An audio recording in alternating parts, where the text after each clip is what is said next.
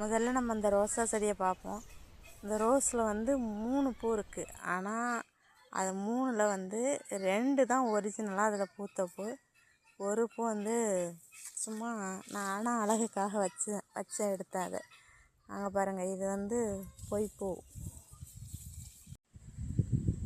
நம்ம வந்து மனசுக்கு ஒரு மாதிரி கஷ்டமாக இருக்கும்ல, சில நேரம் மன அழுத்தம், ஏதாவது ஒரு கொஞ்சம் மனசு ரிலாக்ஸாக இல்லாத நேரமாக, அப்போ வந்து நம்ம இந்த மாதிரி நம்ம செடிகிட்ட வீட்டை சுற்றி இருக்குல்ல, அந்த மாதிரி செடிகிட்ட வந்து நான் வந்து நிற்பேன். வந்து நின்று அது ஒருத்த கொஞ்சம் நேரம் பார்த்துட்டு இருந்தாலே வந்து பசியும் இருக்காது, பசியே குறையும். எனக்கு மன நிம்மதியாக இருக்கும், சந்தோஷமாக இருக்கும்.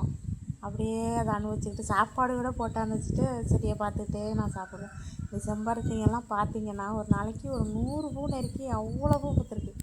செம்பருத்திலன்னா நாளையிலேருந்து டீ போட்டு குடிக்கலாம்னு இருக்கேன்.